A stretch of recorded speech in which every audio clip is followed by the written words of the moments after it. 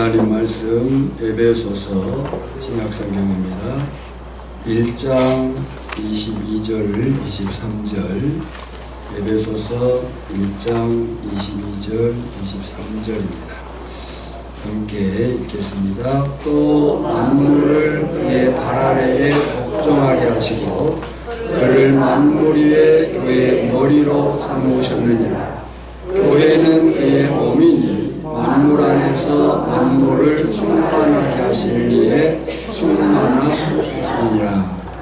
아멘. 모든 성경은 성령의 감동으로 기록한 하나님의 말씀임을 믿습니다.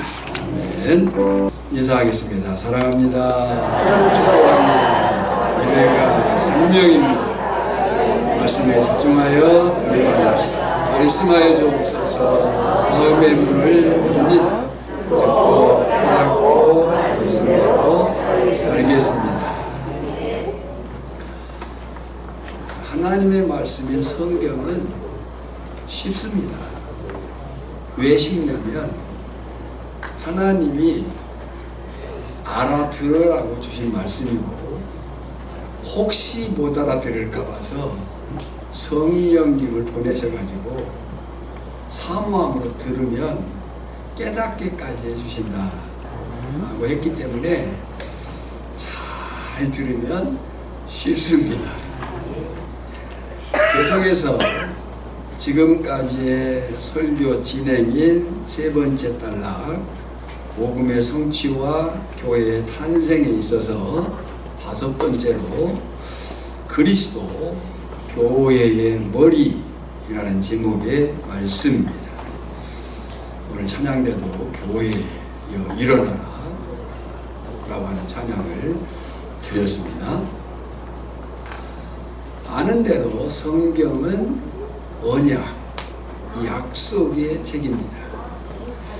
일반적으로 쉬운 예는 구약과 신약으로 옛 언약과 새 언약으로 이해합니다. 새 언약이라고 하는 단어는 에레미야 31장 31절에서 처음 나옵니다. 시간적으로 보면 창세전 언약, 아담에게 요구된 행위 언약, 먹지 마라, 먹으면 죽는다. 노아, 아브라함, 모세, 다윗으로 대변되는 은혜 언약, 그리고 새 언약으로 완성됩니다. 시간적으로 그렇다는 거예요. 언약이. 사건적으로는 구체적인 역사 속 인물과 사건을 통해서 점진적으로 드러나고 그 언약은 예수 그리스도의 십자가에서의 죽으심과 부활하심으로 성취됩니다. 언약이라는 구약 히브리 단어는 베리트, 결합하다, 묶다는 의미로 두 당사자 사이의 관계를 맺고 책임과 의무를 규정하는 단어입니다. 하나님과 사람, 특히 아브라함 그리고 민족적 이스라엘 사이에 구속적 약속을 의미한 단어가 언약, 베리트라고 하는 단어였어요. 이 언약의 핵심적 가치는 하나님의 주권적 은혜였다는 거예요. 하나님의 일방적 은혜였다는 거예요. 하나님이 하신 일이었다는 거예요. 사람이 하나님께 조건을 제안한 것이 아니고 하나님이 일방적으로 맺으셨다는 겁니다. 이것이 하나님과 이스라엘 백성의 언약적 관용구인 나는 너희의 하나님이 되고 너희는 내 백성이 됨이라 예요. 그러니까 언약이라고 하는 단어를 쓸 때 관용적으로 등장하고 이해하는 그 표현이 나는 너희 하나님, 너희는 나의 백성. 언약에 신실하신 하나님은 이 약속을 영원까지 지키십니다. 또 언약이라는 신약 헬라어 단어는 디아테케라는 말인데 유언, 일방적 약속의 의미로 이것도 하나님께서 주도하시는 은혜의 언약의 주권적 일방성을 강조하고 있어요. 특히 예수의 피로 세워진 새 언약으로 예수 그리스도가 중심입니다. 누가복음 22장 20절에 보면 이 자는 내 피로 세우는 새 언약이니, 그러니까 신약의 언약의 그 주권적 중심은 예수 그리스도. 이 자는 내 피로 세우는 새 언약이니, 또 히브리서 9장 15절도 그는 새 언약의 중보자시니 그랬어요. 종합해보면 언약은 하나님의 주권적인 은혜, 인간이 하나님께 나아간 것이 아니라 하나님이 먼저 다가오신 거예요. 왜요? 인간은 하나님께 나아갈 수 있는 능력이 없어요. 때문에 인간은 그 자체로라면 멸망이에요. 그런데 그런 인간을 하나님께서 나와 약속을 주신 거예요. 왜 그러셨을까? 하나님은 우리와 단지 법적인 계약자가 아니고 아버지로 관계하시기 원하셨기 때문이에요.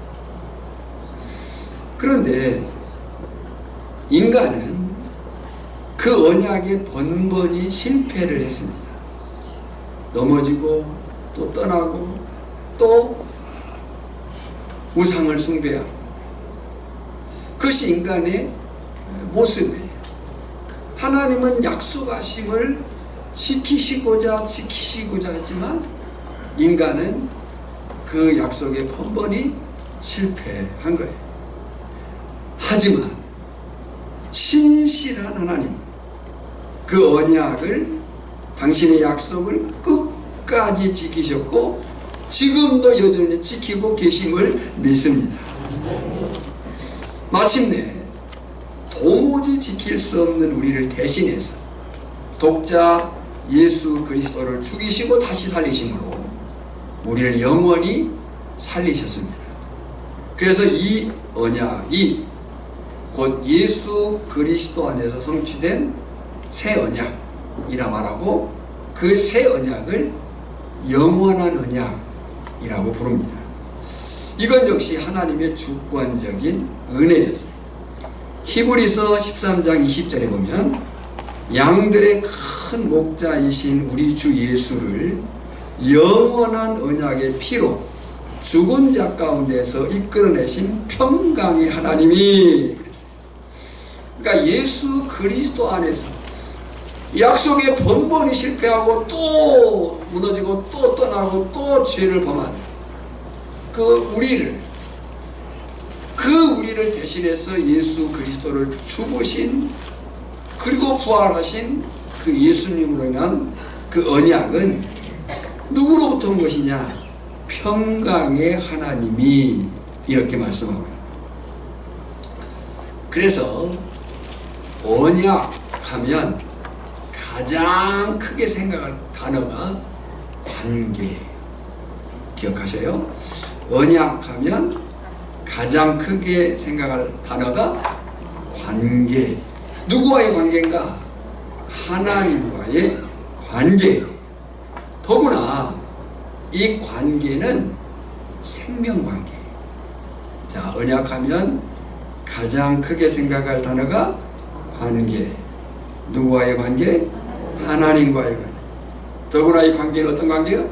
생명관계다. 보십시오. 인류의 대표인 첫사람 아담의 죄는 나쁜 일, 악한 일이 아니었어요.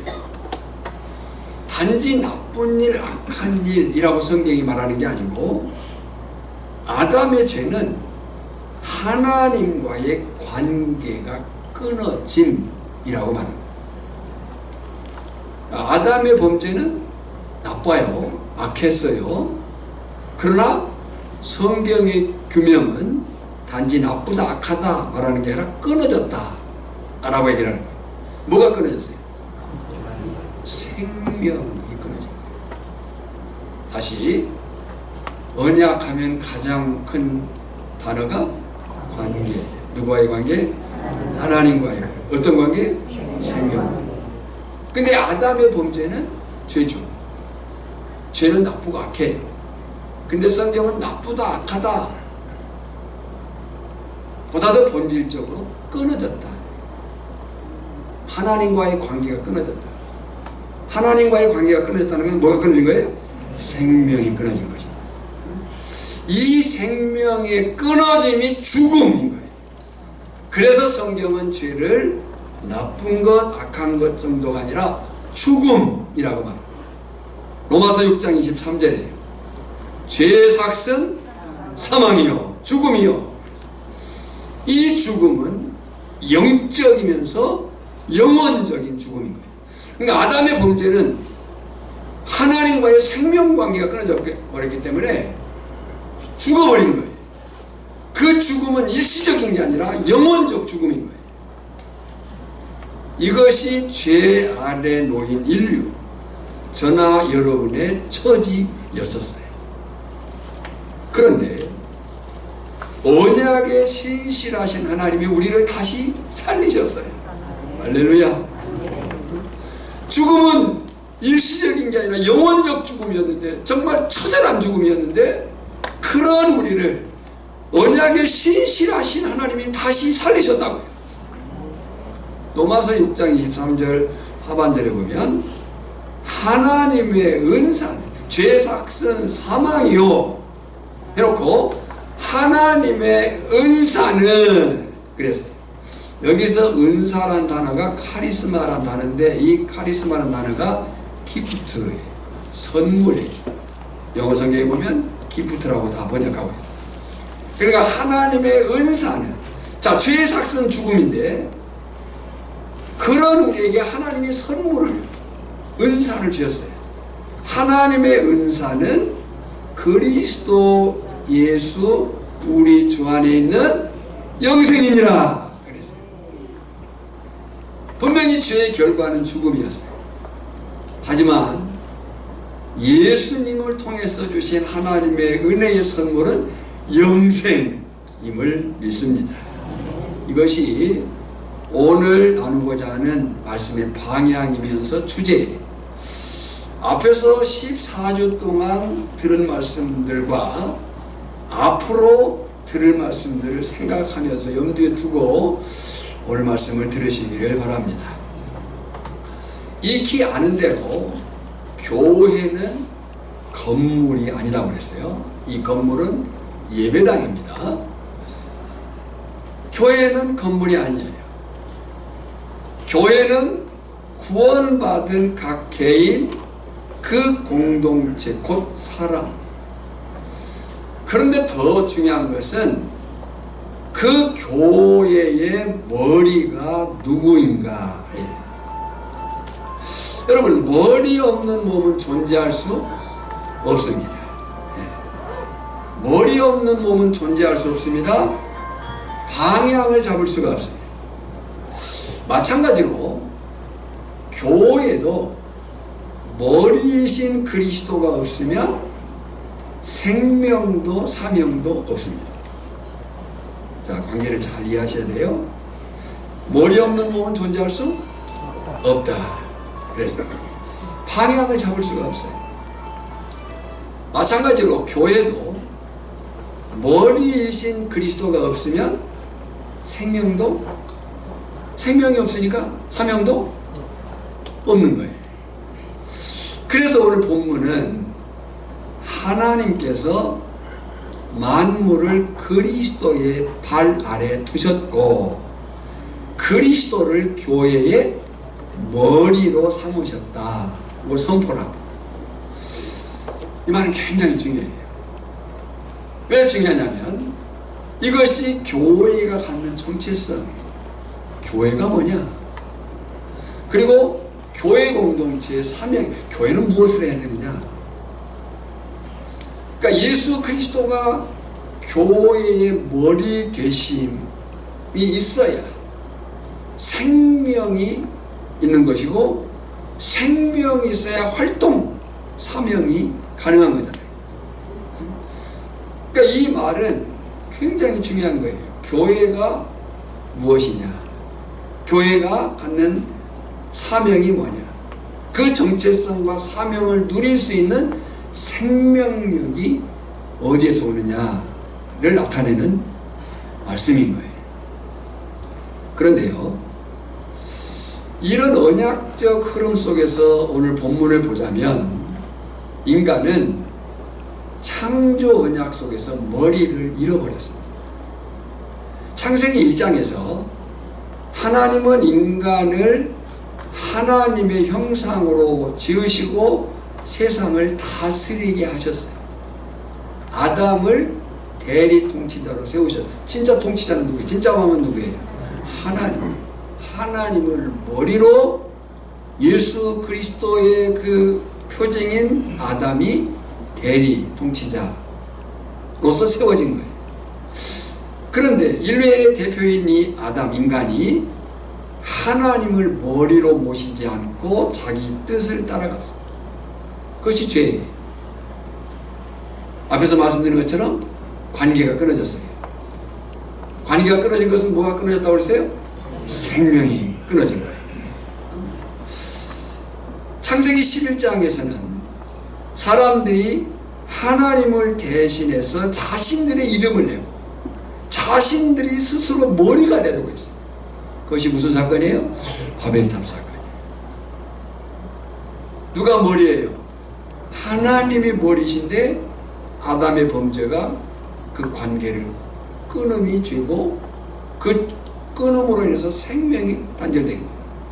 더군다나 창세기 11장에서 하나님을 대신해 자신들의 이름을 내고 스스로의 머리가 되고자 했어요. 그때 하나님은 언어를 혼잡케 하시고 흩으셨어요. 그 결과 흩어짐과 혼란함을 당한 것이 인류의 처지인 거예요. 이렇게 머리를 떠난 몸은 무너질 수밖에 없다는 것을 본문이 보여주고 있는 거예요.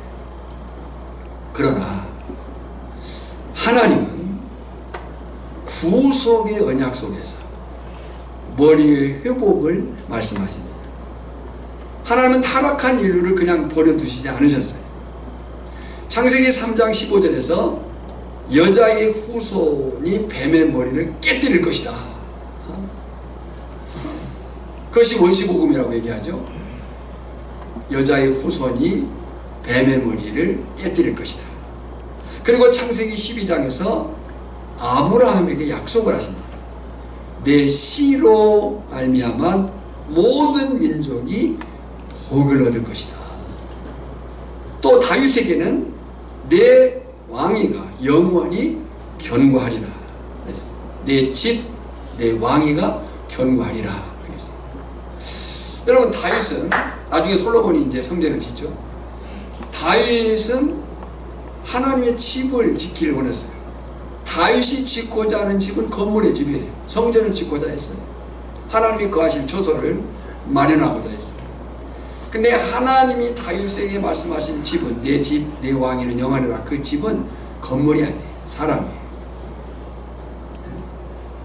내 왕위가 영원히 견고하리라. 무슨 말이에요?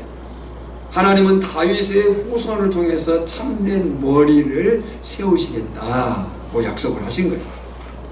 마침내 그 머리는 새 언약 속에서 성취가 되었습니다. 예수 그리스도께서 오셔서 십자가에서 죽으시고 다시 살아나심으로 모든 머리의 권세를 회복하신 거예요. 그 예수 그리스도를 하나님은 교회의 머리로 삼으셨다. 할렐루야. 그래서 사도행전 2장은 성령을 받은 교회가 이 성령을 받은 교회를 언약적 관점에서 보면 머리를 회복한 교회예요. 성령을 받은 교회, 머리 대신 예수 그리스도의 그 주권이 회복된 그 교회가 어떤 공동체가 되느냐? 말씀과 교제와 기도와 떡을 떼는 일에 전념하는, 이 말은 교회가 다시 움직이며 생명력을 갖게 되었다. 뭘 회복함으로? 머리를 회복함으로. 그러니까 성령 받고 교회가 막 좋아졌다, 막 사람들이 막 자기 것을, 그 단순한 사건이 아니라는 거죠. 이게 사도행전 2장의 오순절 성령 사건은 불바다라의 사건이 아니고 깨어져 버린 인간의 그 생명력, 교회의 생명력이 어떻게 회복되었는가. 그 회복은 머리 대신 예수 그리스도의 회복이에요. 여러분, 이렇게 교회는 머리와 연결될 때, 근데 그 머리를 누구라고 했어요? 예수 그리스도라고. 그러니까 교회는 머리 대신 예수 그리스도께 연결될 때 생명력이 넘치는 공동체가 되는 줄 믿습니다. 왜 그러냐? 오늘 본문은 그에 대해서 세 가지 사실을 밝혀요. 이 사실 속에서 우리는 다시 교회가 무엇인가를 확인할 수 있습니다. 이제 PPT를 보면서 이 말씀을 보면 더 쉬울 것 같습니다. 첫째 사실은 뭐냐면 만물을 그의 발 아래에 복종하게 하시고 그랬어요. 앞에서 말씀드린 것처럼 아담이 잃어버린 머리의 권세를 예수님으로 회복하게 하셨어요. 이 사실을 다윗은 시편 8편 6절에서 이렇게 말씀했거든요. 주의 손으로 만드신 것을 다스리게 하시고 만물을 그의 발 아래 두셨으니. 또 히브리서 기자도 히브리서 2장 8절에 만물을 그의 발 아래에 복종하게 하셨으니 만물로 그에게 복종하게 하셨은즉 그랬습니다. 또 두 번째 사실이 뭐냐면 그는 만물 위에 교회의 머리로 삼으셨느니라 그랬습니다. 여러분, 여기 머리란 단어는 케팔레란 단어인데 이 단어는 단순히 리더를 말하는 게 아니라 생명의 근원을 말합니다. 이게 성경이 예수 그리스도가 교회의 머리라고 할 때 그 머리는 리더십을 말한 게 아니고 생명력을 말합니다. 자, 보세요. 옛날에 그런 영화 제목이 있었어요. 목 없는 미녀. 혹시 아시죠? 몰라요? 같은 시대에 거의 비슷하게 살았는데 그런 영화가 있어요. 목 없는 미녀가 있을 수 있어요, 없어요? 근데 어쨌든 그런 영화 제목이 이 영화가 있었어요. 있을 수 없죠. 자, 우리 몸은 눈, 귀, 손, 발 등등 각각 다르지만 지난주에 나눈 말씀이에요. 우리 몸은 눈, 귀, 손, 발, 사지백, 조장육부, 뼈마디, 힘줄, 핏줄 그 모든 각계의 그 지체의 기능들이 다르지만 다 어디와 연결되어 있어요? 머리와 연결되어 있어요. 여러분, 허리 디스크가 힘들죠. 위험하죠. 근데요, 허리 디스크보다 더 위험한 것은 목 디스크입니다. 허리는 하반신에 관계가 될 수 있지만 목은 전신이 문제가 되는. 그러니까 우리 몸은 눈, 귀, 손발 등등의 그 모든 몸의 그 지체가 각각 다르지만 머리와 연결되어 있어야 살아 움직입니다. 그러니까 교회 공동체의 지체가 갖는 은사는 다양하지만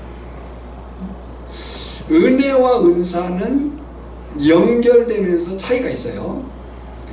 은혜 안에 있어야 은사가 가능한 거예요. 우리가 하나님의 은혜로 구원을 받은 거룩한 백성을 믿습니다. 그 그 거룩한 백성된 그 개인이 구원 안에 들어오면 개인으로 존재한다고 했어요? 교회로 존재한다고 했어요? 교회로 존재한다고 했어요? 그 교회를 세우기 위해서 주신 하나님의 선물이 은사인 거예요. 그러니까 은혜가 있어야 은사가 가능한 거예요. 근데 그 은사는 다양해요. 그 다양한 은사지만 어떤 지체, 어떤 은사든지 간에 머리 대신 예수 그리스도와 연결될 때, 연결되어야만 하나의 몸으로 생명활동이 가능하다.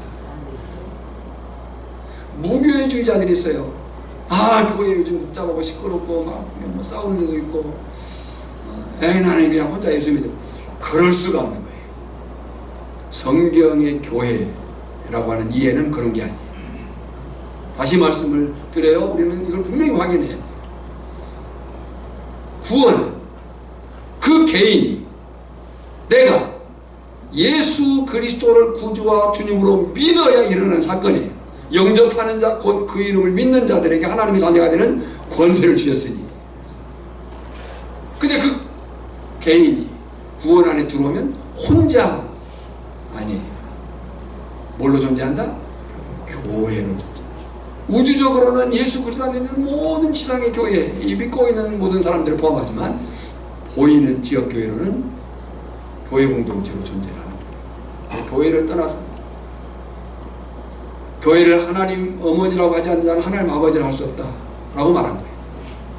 자, 그러나 이 모든 개개인들의 그 지체로서의 역할이 다르지만, 그러나 그 어떤 지체라도 머리이신 예수 그리스도와 연결될 때 되어야만 하나의 몸으로 생명활동이 가능하다. 교회를 떠날 수 있어요? 없어요? 없는 겁니다. 에베소 4장 15, 16절이에요. 에베소 4장 15절로 16절을 보면 함께 읽어볼까요? 에베소 4장 15, 16절 함께 읽습니다. 오직 사랑 안에서 참된 것을 하여 범사에 그에게까지 자랄지라.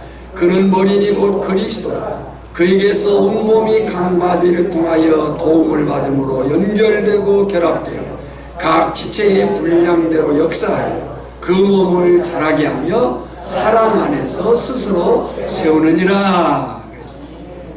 세 번째 사실은 교회는 그의 몸이니 만물 안에서 만물을 충만하게 하시는 이의 충만함이니라. 오늘 본문에 기록된 내용이에요. 여기서 이 충만이라는 단어는 플레로마라는 단어인데요, 능력이라는 단어로 이해할 수 있습니다. 이 충만이라는 단어는 단어 그대로 가득 채워진 상태, 완전한 실체를 의미해요. 자, 이 말씀을 염두에 두고 한번 상상을 가져보십시오. 여러분, 교회는요 충만한 것이에요. 뭐가 충만해요?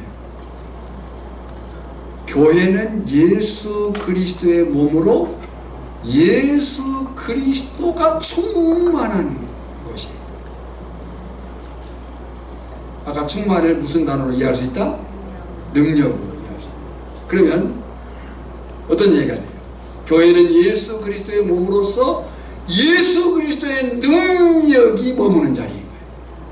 할렐루야.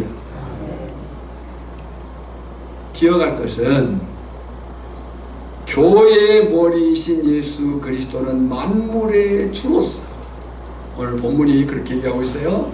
교회의 머리이신 예수 그리스도는 만물의 주로서 우주를 다스리며 교회의 지체인 나를, 우리를 통해서 그 충만을, 그 능력을 나타내신다는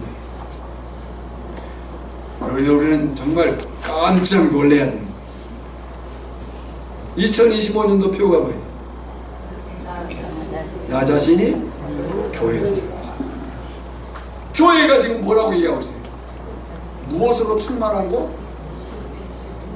머리이신 예수 그리스도의 능력으로 충만한 우리가 그런 사람이라고요. 아멘이 조금 천천해요. 우리가 그런 존재, 내가 교회로 살겠습니다. 이 말이 갖는 이 의미가 어마어마한 거예요. 오늘 내가 교회로 살겠다고 하는 이 말은 내가 머리 대신 예수 그리스도의 그 머리로부터 오는 생명력, 그 능력으로 충만히 살겠다는 거예요.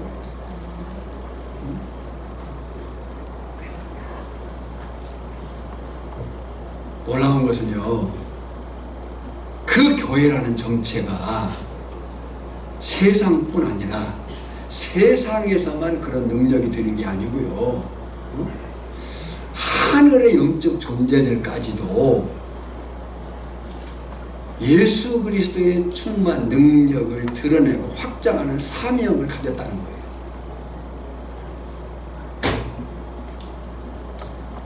내가 교회로, 우리 한 사람 한 사람이 교회입니다. 우리가 교회입니다. 단지 교회에 다니는 사람이 아니에요. 그 교회는 어떤 능력으로 산다고요? 머리 대신 예수 그리스도의 그 충만함, 그 능력으로 사는 거예요. 저나 여러분의 매 순간의 삶이 그렇게 되어지기를 축복합니다. 우리는 현찮은 사람이 아니에요. 아무렇게나 대충 살아도 되는 사람이 아니에요. 그런데 그 능력이 교회된 우리에게 주어진 능력이 이 세상에만이 아니고 하늘의 영적 존재들까지 또 영향을 갖는다. 그 사명을 갖는다. 보세요. 골로새서 1장 19, 20절입니다.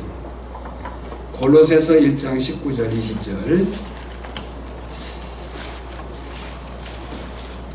읽어보겠습니다. 읽습니다. 아버지께서는 모든 충만으로 예수 안에 거하게 하시고 그의 십자가의 피로 화평을 이루사 만물 곧 땅에 있는 것들이나 하늘에 있는 것들이 그로 말미암아 자기와 화목하게 되기를 기뻐하시니라. 만물 곧 땅에 있는 것들이나 하늘에 있는 것들이 그로 말미암아, 그가 누구예요? 예수 그리스도요. 그 예수 그리스도의 몸을 이루고 있는 교회, 그로 말미암아 자기와 화목하기를 기뻐하시니라. 또 에베소 3장 10절을 보겠습니다. 에베소 3장 10절을 보면 읽어볼까요? 이는 이제 교회로 말미암아 하늘에 있는 통치자들과 권세들에게 하나님의 각종 지혜를 알게 하려 하심이니. 여러분, 교회의 머리이신 예수 그리스도의 능력이 몸인 교회에 공급되어서 교회를 살아 움직이게 하는 힘, 생명력인 거예요. 이게 교회가 갖는 음보의 권세가 깨뜨릴 수 없는 주님이 세우신 교회예요.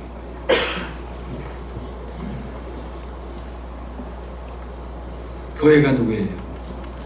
저나 여러분 한 사람 한 사람, 그리고 교회된 오천교회 공동체가 가진 모습인 거예요. 그러니까 우리가 나 자신이 교회로 살겠습니다, 이 말을 새길 때마다 교회는 내가, 우리가 가진 영광이, 특권이, 사명이 무엇인가를 잃어버립니다.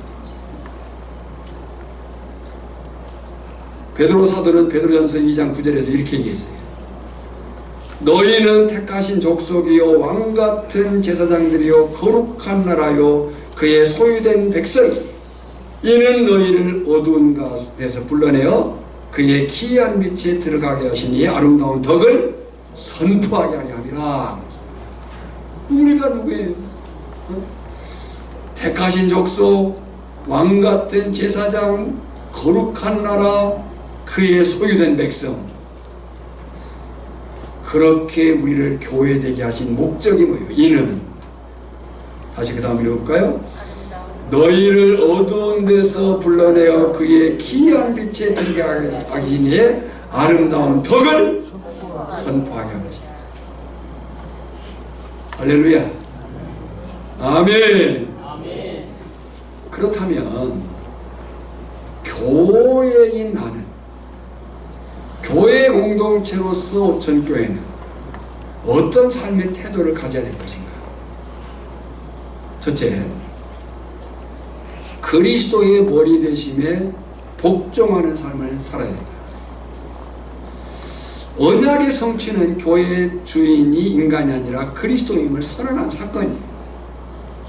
때문에 성도와 교회 공동체는 머리 대신 그리스도의 뜻에 순종하며 자기 중심적 의지가 아니라 말씀에 복종하며 살아야 됩니다. 골로새서 2장 19절이 이렇게 말해요. 온 몸이 머리로 말미암아 마디와 힘줄로 공급함을 받고 연합하여 하나님이 자라게 하심으로 자라느니라. 교회인 나는, 교회 공동체인 오천교회는 어떤 삶의 태도를 가져야 된다? 머리에게 복종한다. 머리가 누구예요? 예수 그리스도예요.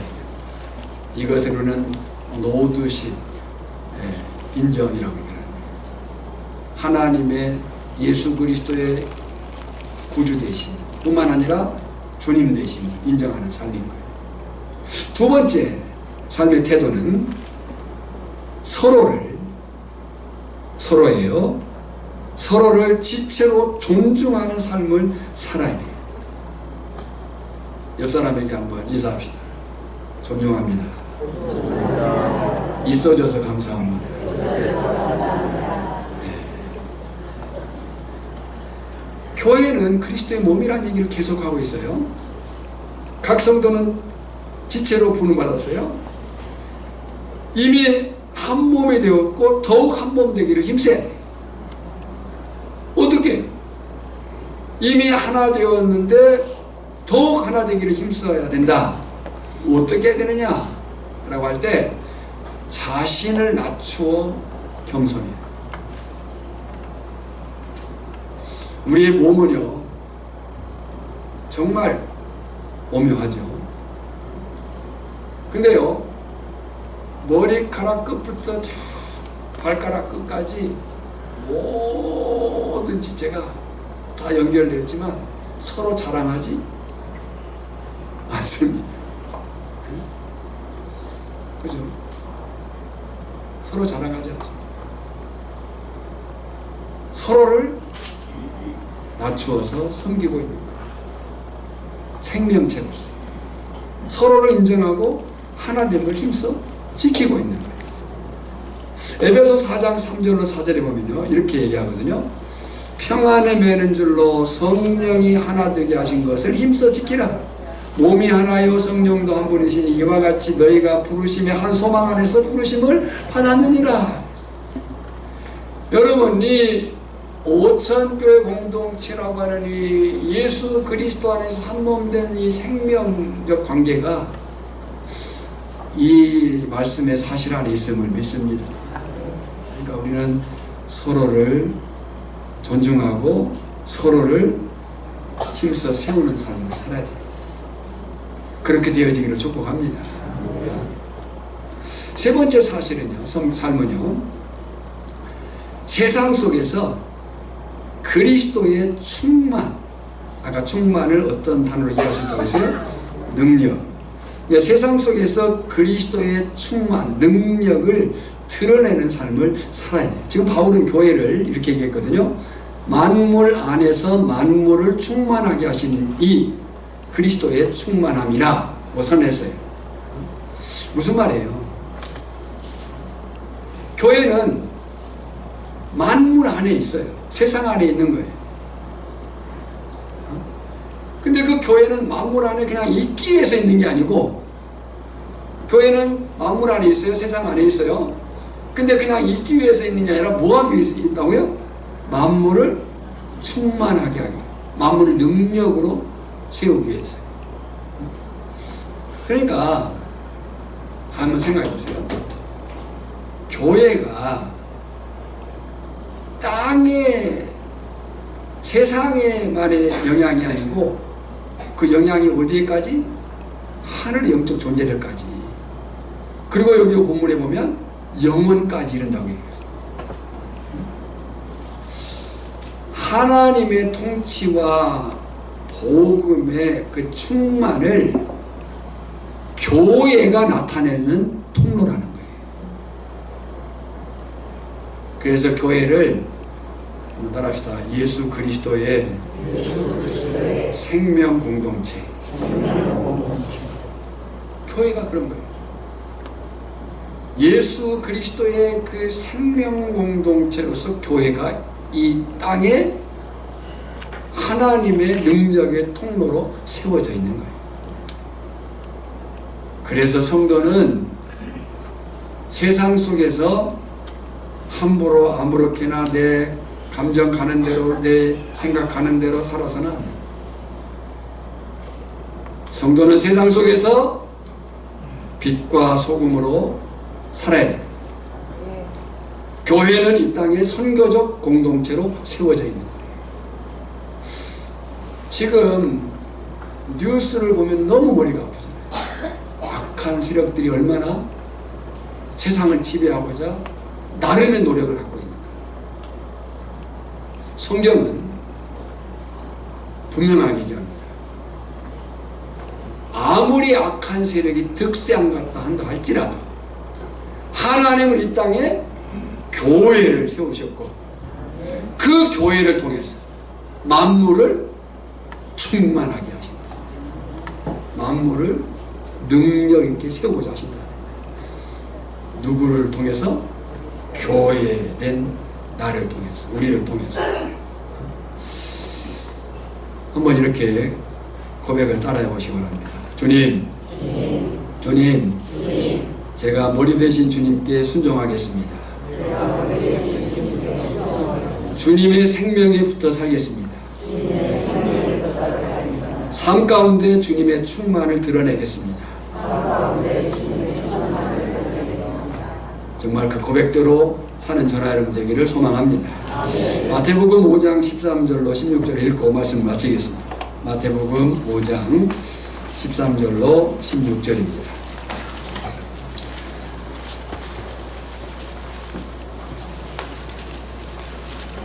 마태복음 5장 13, 16절을 다같이 한 목소리로 읽겠습니다.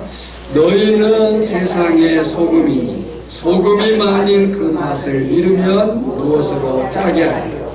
후에는 아무 쓸데없어 다만 밖에 버려져 사람에게 밟힐 뿐 아니라. 너희는 세상의 빛이라. 산 위에 있는 동네가 숨겨지지 못할 것이요 사람이 등불을 켜서 발 아래에 두지 않아 발 아래에 두지 않고 등경 위에 두느니라. 이러므로 집안 모든 사람에게 비치니라. 이같이 너희 빛이 사람 앞에 비치게 하라. 그들로 너희 착한 행실을 보고 하늘에 계신 너희 아버지께 영광을 돌리게 하라. 하나님 아버지, 오늘 이 말씀 속에서 내가 누구인가? 교회가 무엇인가? 내가 이 세상 속에서 뿐만 아니라 악한 영적 그 세력 앞에 어떤 존재로 세워졌는가를 알게 하시니 감사합니다. 알게 되었사오니 우리가 이 땅에 살면서 내 감정과 내 욕심과 내 필요를 따라서가 아니라 내 마음대로가 아니라 하나님의 뜻을 좇아서 그리스도의 충만을 드러내는 그리스도의 능력을 전달하는 전달자로 통로로 살게 하여 주시옵시고 그로 말미암아 하나님께 우리의 삶이 내 삶이 영광이 되어지고 간증이 되어지게 하여 주시옵소서. 예수님의 이름으로 기도하옵나이다. 아멘.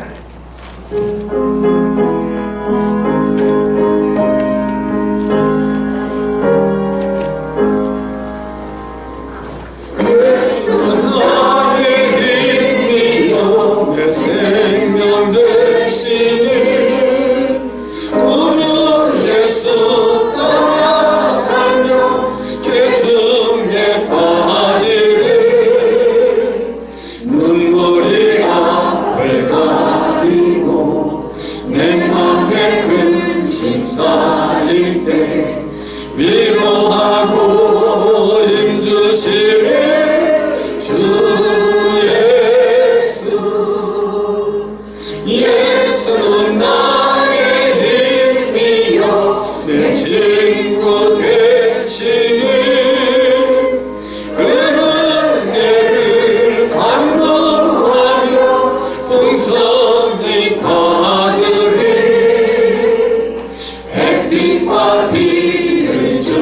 주시니 주스할 곡식 많도다. 귀한 열매 주시는 주 예수 나의 힘이요 내 기쁨 되시니 영광을 주께 하면 늘 충성하겠네. 주야로 보호하시며 바른 길 가게 하시니 의지하고 따라가리 주 예수 나의 힘이요 내 소망 되시니 이 세상을 떠나갈 때 온 영생 얻으리. 한없는 복을 주시고 영원한 기쁨 주시니 나의 생명 나의 기쁨 주 예수. 아멘. 기도하겠습니다. 이제는 교회의 머리 대신 예수 그리스도의 충만함과 성부 하나님의 크고 놀라우신 사랑과 이걸 깨달아 믿음으로 축복의 통로로 간증자로 살고자 다짐하는 모든 성도 심령과 삶의 현장에 이제로부터 영원까지 항상 함께 있을지어다. 아멘.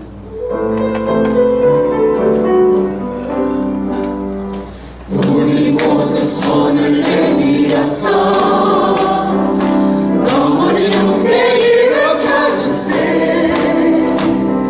사람이 살면 사는 것 걸음 멈추고 생각해보세. 시냇물이 강으로 흘렀어 저 바다와 하나 되듯이 우리는 주 안에서 하나 되었다오. 우리는 하나가 되었다오. 자 우리 모두 손에 손을 잡고 저 돌파를 걸어서 가세. 옳고 그르고 좋고 나쁜 것은 성경에서 모두 배워하라소. 오죽하면 다 같은 바보가 여러분들께 호소하겠소. 우리는 하나요 당신과 나도 하나. 우리는 또 하나 되어야 하오. 자 옆에 있는 형제 손을 잡고